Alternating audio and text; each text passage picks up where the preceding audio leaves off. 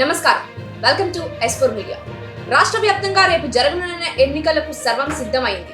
25 parliamentary, 175 assembly స్థానాలకు ప్రశాంత వాతావరణంలో పోలింగ్ ప్రక్రియను పూర్తి చేసేందుకు అధికారులు అన్ని ఏర్పాట్లు పూర్తి చేశారు. లోక్సభ స్థానాలకు 454 మంది అభ్యర్థులు, 175 అసెంబ్లీ స్థానాలకు 2387 మంది పోటీలో ఉన్నారు.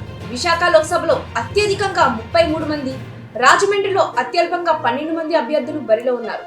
తిరుపతి అసెంబ్లీకి అత్యధికంగా 46 మంది, అత్యల్పంగా చోడవరం అసెంబ్లీకి 6 పోటీలో ఉన్నారు. ఉదయం 7 గంటల నుంచి సాయంత్రం 6 గంటల వరకు జరగనున్నాయి.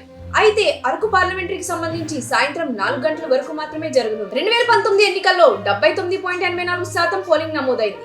ఈ ఎన్నికల్లో పోలింగ్ పర్సెంటేజ్ పెరిగే అవకాశాలు కనబడుతున్నాయి. ఓటు యొక్క ప్రాధాన్యత వివరించడం వల్ల ఓటర్లో చైతన్యం కలిగించడంలో ఎన్నికల కమిషన్ తో పాటు స్వచ్ఛంద సంస్థలు కూడా కృషి చేశాయి.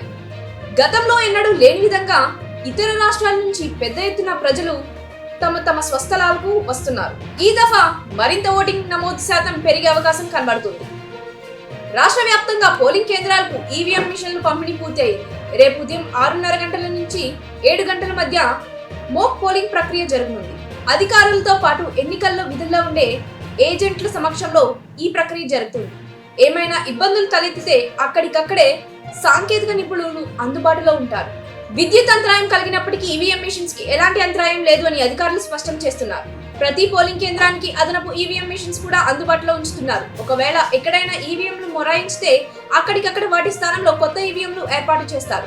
4వ విడతలో ఏపీ, తెలంగాణ సహా మొత్తం 10 రాష్ట్రాల్లో రేపు పోలింగ్ జరగనుంది. 4వ విడతలో 96 స్థానాల్లో పోలింగ్ జరగనుంది. ఏపీలో 25, తెలంగాణ 17, బీహార్ 5, జార్ఖండ్ 4, మధ్యప్రదేశ్ 8, మహారాష్ట్ర 11, ఒడిశా 4, యూపీ 13, పశ్చిమ బెంగాల్ 8, జమ్మూ కాశ్మీర్ 1 స్థానాలకు పోలింగ్ నిర్వహించనున్నారు. ఇక దేశవ్యాప్తంగా పలు నియోజకవర్గాల్లో కీలక నేతలు తమ అదృష్టాన్ని పరీక్షించుకోనున్నారు. 3వ విడతల్లో అధికారంలో ఉన్న అమిత్ షా వంటి అగ్రనేతలు బరిలో నిలిస్తే ఇప్పుడు ప్రతిపక్షంలోని ముఖ్య నేతలు ఎన్నికల్లో పోటీ చేయడం ఆసక్తిగా మారింది.